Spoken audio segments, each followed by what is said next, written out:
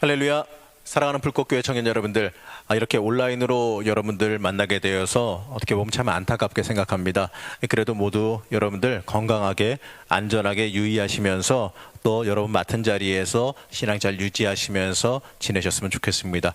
오늘 함께 볼 하나님의 말씀은 다니엘서 5장 25절에서 28절 말씀입니다. 다니엘서 5장 25절에서 28절 말씀 제가 여러분들에게 봉독해서 읽어드리겠습니다.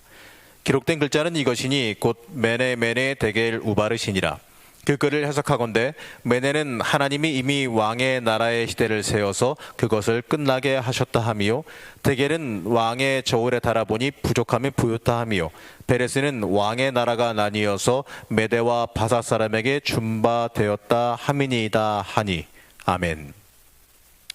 여러분, 요즘에 계속해서 이 다니엘서를 살펴보고 있습니다. 이 다니엘서의 배경인 이 바벨론 포로기라는 이 특별한 시기는요, 요즘 우리의 삶과 너무나도 잘 맞닿아 있는 것 같습니다.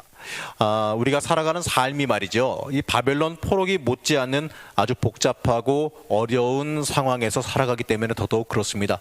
그래서 다니엘서는 말이죠, 우리가 세상에서 이 그리스도인으로서 어떻게 살아가야 하는가에 대한 기준을 명확하게 보여줍니다. 언제인가 이 길을 가다가 말이죠, 갑자기 쇼윈도에 보이는 크림빵이 너무 맛있게 보이는 적이 있었습니다. 그래서 하나 샀어요. 잔뜩 기대감을 가지고 집에 갔습니다. 이걸 가지고 가서 이제 맛있는 크림이 많이 들어있겠다라는 마음으로 가져가서 먹으려고 하는데 솔직히 좀 서운하더라고요. 크림이 그 안에 정말 아주 조금만 들어있는 거 아니겠습니까? 이 크림빵을 살 땐 말이죠, 안에 크림이 가득 차 있기를 기대하면서 사는데 그 안에 크림빵이라고 하는 이름이 창피할 정도로 아주 적게 들어있으니까 어떻게 보게 되면 이 돈 아깝고 장난하나 싶기도 했습니다. 자, 여러분이 무슨 물건을 하나 샀는데 그 물건이 이 정해진 시간에 도착도 안 할 뿐더러 이 물건이 생각하던 것에 굉장히 실망할 정도로 좋지 않은 퀄리티를 가지고 있다면 여러분들은 어떻게 하시겠습니까? 아마도 반품하거나 업체에게 항의를 할 겁니다. 자, 오늘 우리가 함께 보는 이 5장의 말씀은 말이죠, 바로 이러한 하나님의 심정을 담고 있습니다. 하나님께서 우리에게 기대를 품고 그것을 이루기를 바라셔서 도와주시고 이끌어 가셨습니다. 하지만 아무리 기다려도 아무리 무게를 달아봐도 함량 미달이라 치워버려야 되겠다, 불량품이라 치워버려야겠다 하는 것이 바로 오늘의 말씀입니다. 자, 이 4장까지 나오는 이 바벨론 왕 느부갓네살 왕은요, 이제 죽고 없습니다. 하나님의 전능하심과 이 하나님이 모든 만물을 다스리시는 분이심을 아는 왕이 죽었고 그의 아들, 실제로는 손자인 이 벨사살이 왕이 됩니다. 자, 이 시기의 바벨론은요, 위기의 시대였습니다. 이 벨사살은 느부갓네살처럼 능력이 뛰어난 왕이 아니었습니다. 그저 이 바벨론 문화에 젖어서 이 향락을 누리는 것에만 관심이 있었지요. 이 선대왕이 어떻게 해서 어떻게 전쟁을 내서 국가를 유지했는지에 대한 것에 전혀 관심이 없었습니다. 그는 이 느부갓네살의 영적인 회심, 또 그것을 공포한 조소인 이 4장의 말씀에 대해서 지식적으로는 알지는 모르겠지만 그걸 통해서 아무것도 인생의 교훈을 얻지 못했다라는 거죠. 그저 혈통 잘 타고 나서 왕권을 물려받았다라는 겁니다. 그 결과 어떻게 됐느냐? 다른 국가들이 강대해지는 것을 전혀 견제하지도 못했고 준비도 못했습니다. 이처럼 영적으로 무감각한 사람, 누가 모든 것을 주관하시는지에서 무감각한 사람은요, 하나님이 주신 복도, 하나님이 주신 고난도 스스로 무너뜨리게 된다는 것을 함께 봐야 합니다. 느부갓네살 왕의 아들로 그 뒤를 이은 벨사살은 귀족 1,000명을 위해서 큰 잔치를 베풀고 그 앞에서 술을 마시고 있었습니다. 자, 귀족 1,000명을 불러서 연회를 베풀고 있지만 사실은요, 바벨론 성 밖을 메데 바사 제국이 지금 포위하고 있는 전쟁 상황이었습니다. 자, 이 상황에서 자신이 머물고 있는 성은 견고하고 안전하기 때문에 교만에 빠져서 귀족을 불러서 호화로운 파티를 열고 흥청망청 놀고 있다는 겁니다. 여러분, 아무리 나라가 크다고 하지만 귀족이 1,000명이면 아무래도 이 권력과 부가 한쪽으로 쏠리기 마련입니다. 나라를 떠받치는 최하층 사람들의 고통이 견딜 수 없는 임계점에 이르게 되면 그 나라는 어떻습니까? 결국엔 망합니다. 한 나라의 정치적인 안정은요, 부자가 얼마나 큰 부를 누리느냐에 달려있는 것이 아니라 가난한 사람들이 얼마나 행복한지, 그들이 누리는 삶의 질이 어떤지에 달려 있습니다. 예수 그리스도께서는 대접받고 섬김을 받고 싶어하던 제자들에게 이렇게 말씀하십니다. 마태복음 20장 26절에서 28절 말씀입니다. 너희 중엔 그러지 않아야 하나니 너희 중에 누구든지 크고자 하는 자는 너희를 섬기는 자가 되고 너희 중에 누구든지 으뜸이 되고자 하는 자는 너희의 종이 되어야 하리라. 인자가 온 것은 섬김을 받으려 함이 아니라 도리어 섬기려 하고 자기 목숨을 많은 사람의 대속물로 주려 함이니라. 아멘. 여러분, 이게 하나님 나라의 정치학입니다. 하나님 나라의 정치학은요, 권력 분산, 권력 비움, 권력 포기입니다. 자, 인류를 구원하신 예수님의 대속적 죽음은요, 가장 높으신 하나님의 아들이 가장 낮은 종의 신분으로 자발적으로 강등된 사건입니다. 이러한 예수님의 권력 포기와 자기 낮춤을 통해서 생명과 구원이 임한 겁니다. 바로 자기 낮춤이죠. 그런데 이 바벨론 제국은 말이죠, 하나님의 나라와 어떻게 보면 정반대에 있습니다. 술이 거나하게 취하자 이 벨사살은 선대왕 느부갓네살이 예루살렘 성전에서 탈취해온 금그릇과 은그릇을 사용해서 술을 마시자면서 그것들을 가져오라고 명령합니다. 자, 벨사살은 하나님의 성전에서 약탈한 금은기명이 얼마나 신성한 것인지에 대해서 아무런 생각 없이 위험한 결단을 하죠.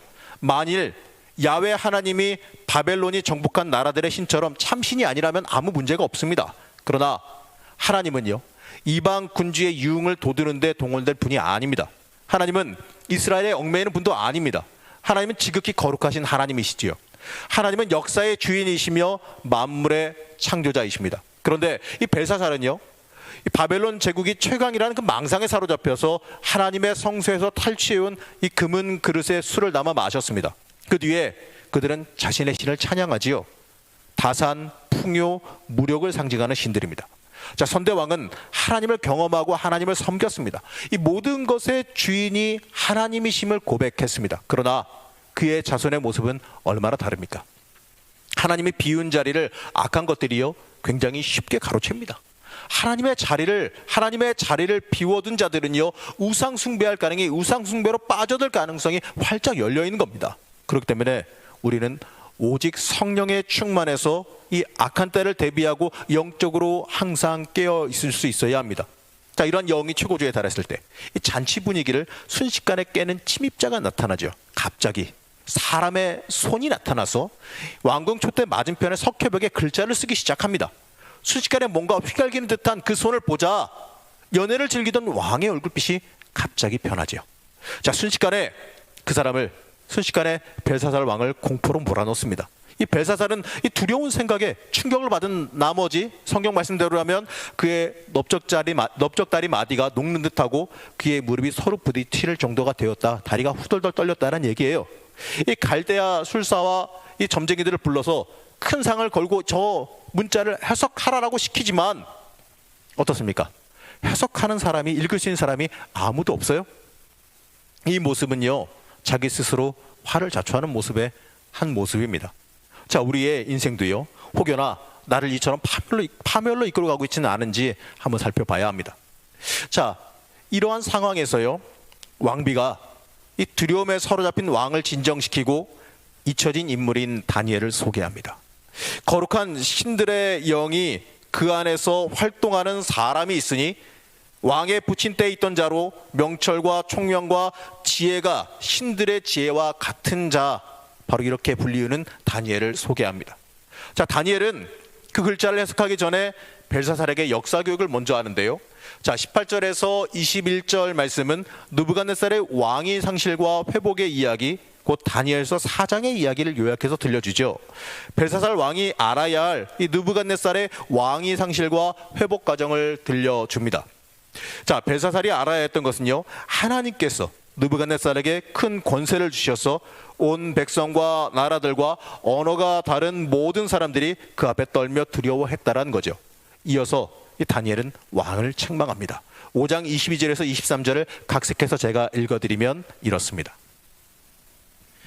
왜 이런 사정을 알고도 느부갓네살 그 선대왕의 아들이 되어 아직도 마음을 낮추지 않고 도리어 자신을 하늘의 주제보다 높입니까? 도대체 어떠한 마음으로 거룩하신 야훼 하나님의 성전 금은 그릇에다 술을 마시고 금, 은, 구리, 새와 나무, 돌로 만든 신상들을 찬양하고 도리어 왕의 호흡을 주장하시고 왕의 모든 길을 작정하시는 하나님께는 영광을 돌리지 않습니까? 지금 왕의 길은 멸망으로 가는 폐역의 길입니다. 자, 이렇습니다. 이 거룩한 성전 성물을 우상 숭배하는 연회에 사용한 것도 큰 죄지만 금과 은, 구리, 쇠, 이 나무로 만든 신상을 찬양한 죄는요 더 크다는 것을 일깨워 알려주죠. 이 벨사살과 바벨론 사람들의 우상 숭배는 이 자신들의 세계 지배욕과 이 정복 욕망을 어떻게 보면 신격화한 겁니다. 자, 창조주이시며 역사의 주재자이신 하나님의 세계 통치 과정에서 어떻게 보게 되면 우연히 사용된 이 바벨론 제국의 왕이 이 자기를 높여서 하나님을 대적한 거죠.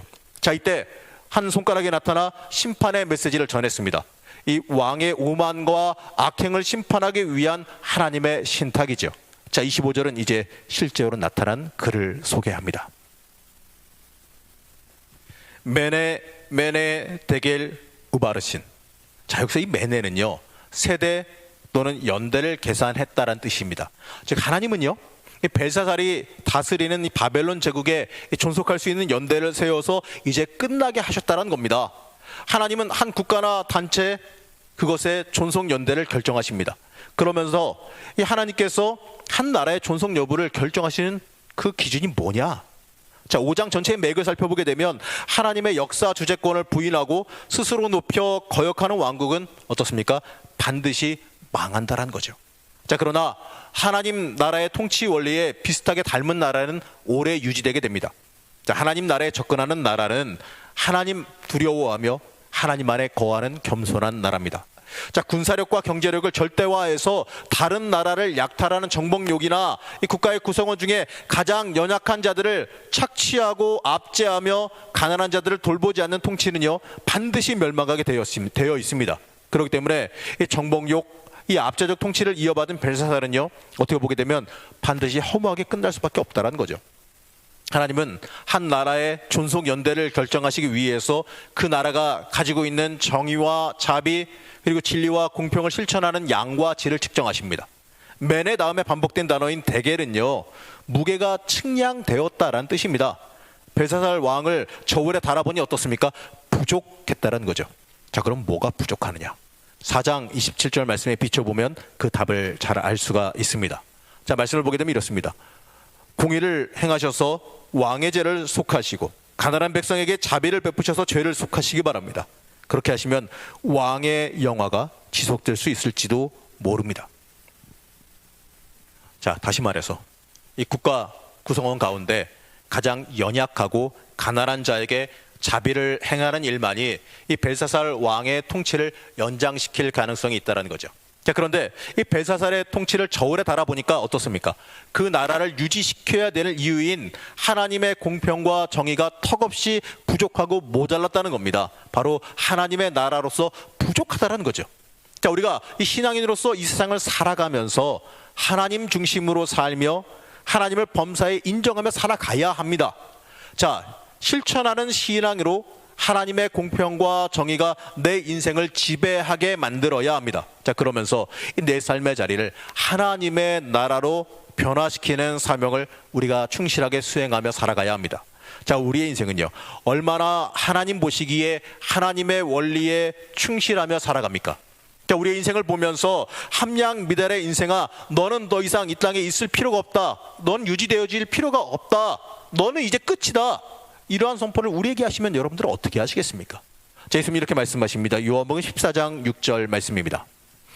예수께서 이르시되 내가 곧 길이요 진리요 생명이니 나로 말미암지 않고는 아버지께로 올 자가 없느니라.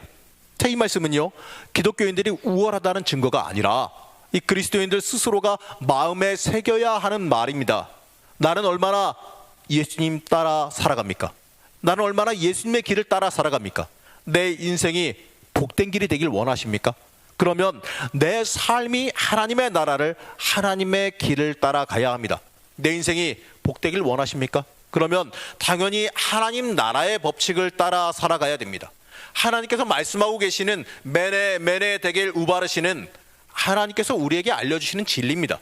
하나님께서 한 나라나 왕의 통치의 연대를 정하실 때 가난한 자들에 대한 사랑과 돌봄, 권력자와 엘리트들의 탈법과 불법을 막는 사법적인 견제력, 그리고 억울하게 희생당하는 사회 구성원들을 위한 사회적 에너지의 양을 측정하셔서 각 나라의 이 존속 연대를 측정하신다는 것은요, 어떻게 보게 되면 우리가 정말로 두려운 일입니다. 성경에만 발견되는 이 하나님의 나라의 정치학, 하나님 나라의 경제학을 우리는 잊지 말아야 됩니다. 벽에 나타난 그 마지막 글자 우바르시는요, 바벨론 제국의 종말을 암시하는 말입니다. 자, 우바르시는요, 우와 바르신의 합성어입니다. 자, 우는 그리고를 의미하는 접속사이고, 바르신은 아람어 동사 파라스에서 온 겁니다. 히브리어 동일어인 베레스는 나누어지다, 찢어지다를 가리키죠. 자, 이 벨사살 왕의 나라가 공평한 정의와 무게가 적어서 이 메대와 바사 사람에게 찢겨져서 지배된다는 뜻입니다. 실제로요, 그 연회가 있었던 바로 그날 밤에 이 갈대아 왕 벨사살은 살해당하고 메대 사람 다리오가 바벨론을 장악하게 됩니다. 하나님 보시기에 악한 사람은요, 바로 하나님이 모든 것을 주재하시고 모든 것을 다 다스리신다라는 것을 잊어버리는 사람입니다. 바로 그러한 사람은요, 하나님의 기준에 함량미다라는 사람이 되어집니다. 그렇기 때문에 그 인생은요, 허무하게 끝나요. 하나님께서 그 인생을 흩어버리십니다. 함량미달의 인생아, 이렇게 내가 혹시 하나님께 불리고 있지는 않은지 우리는 우리 스스로 한번 돌아봐야 합니다. 중요한 건요, 하나님에 대한 최소한의 경외심마저 없던 이 벨사살과 같은 사람이요, 세계 도처에 우리 주변에 널려 있다는 겁니다. 자, 이 사람들은 자신을 높이는 데서 한 걸음 더 나가서 내가 이룬 그 성취에 도취되고 이 자신의 성취가 가져다준 권력을 극단적으로 사용합니다. 이 멸망의 날이 코앞에 다가와도 그들은 알지 못해요. 우리가 살아가는 이 시대는요, 어떻게 보게 되면 자아숭배 세상이라고 말할 수 있습니다. 자기를 숭배하고 자신의 매력을 극대화하고 상품화해서 이익을 얻으려고 하는 시대지요. 심지어 교만은요, 악이 아니라 이 덕목처럼 칭송받기도 합니다. 세계는 온통 이 승리자들의 자기 자랑 이야기로 가득 차 있어요. 자, 이들은요, 오늘 말씀에 나온 이 벨사살 같은 인간입니다. 이 벨사살처럼 자신의 권력과 부귀 영화에 취해서 하나님의 저울을 무시하는 사람이 바로 무신론자입니다. 교회 밖에 있는 사람이 무신론자가 아니라 교회 안에 있을지라도 하나님의 기준에 들지 않고 하나님의 잣대로 살아가지 않는 자가 바로 무신론자라는 거예요. 그들은 하나님이 얼마나 위대하시고 전능하신 분인지를 알지 못합니다. 하나님의 역사 주재권을 인정하지 않고 하나님께 영광 돌리지 않는 사람은요, 결국에는 자기 파멸의 길을 걸어가게 됩니다. 이러한 길을 걷는 사람들은요, 결국에 석회벽에 나타난 하나님의 손가락을 보게 된다는 거죠. 우리는 하나님의 공평과 정의, 하나님의 공평과 정의가 지배하는 사람으로 거듭나야 됩니다. 악한 방법으로 사는 사람, 남의 피눈물로 이익을 누리는 사람, 뇌물로 불을 일군 사람은요, 모두 벨사살의 후예입니다. 우리는 세상의 기준에, 이 세상의 높음에 취해서 살아가서는 안 됩니다. 자, 우리는 하나님의 기준에 합격하고 하나님의 기준에 들어야 합니다. 모든 것을 판단하시고 심판하시는 분은요, 하나님이십니다. 그 하나님의 기준에 우리가 합해야 된다는 거죠. 하나님 보시기에 우리의 시기가 길어야 됩니다. 하나님 보시기에 우리의 시기가 같이 있어야 된다는 거죠. 하나님 보시기에 우리의 삶이, 우리의 인생이 하나님의 공의가 흘러넘쳐서 하나님 보시기에 합당한 기준, 합당한 무게가 되어야 됩니다. 자, 오늘 말씀에 나온 것처럼 메네 데겔 우바르신의 뜻을 여러분 잊지 말고 기억하시기 바랍니다. 우리는 항상 이 말이 나에게 해당하지 않도록 힘쓰고 애써야 됩니다.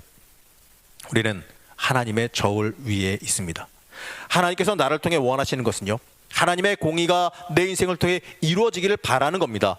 우리를 계수하시는 그 날이 이 두려움의 날이 아니라 칭찬과 복된 날이 되기를 여러분들 기도하시기 바랍니다. 세어보고 세어봤더니 함량미달이라서 찢어놓겠다, 함량미달이라서 버리겠다, 이게 아니라 충성되고 착한 종아, 내가 나의 뜻을 이루었구나, 하나님의 중심으로 사는 사람, 하나님의 공의가 지배하는 주의 청년들 되시길 여러분들 소망하시기 바랍니다.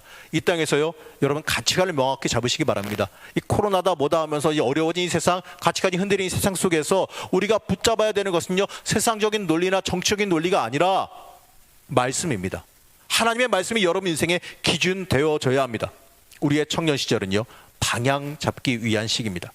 내가 평생에 어떤 길로 갈 것인지를 명확하게 자리 잡는 시기입니다. 이 시기 우리는 이 순간에 세상적인 성공에 세상적인 높아짐에 연연하지 말고 내 인생의 온전한 목적과 방향을 바르게 잡아갈 줄 알아야 됩니다. 그게 우리의 인생의 기도 제목이어야 합니다. 하나님의 기준이 여러분의 인생 방향이 되시기를 이 시간 간절히 축복합니다. 그 인생이 복된 인생입니다. 복된 인생 살아가시는 여러분들 되시기를 이 시간 간절히 축복하며 기도합니다.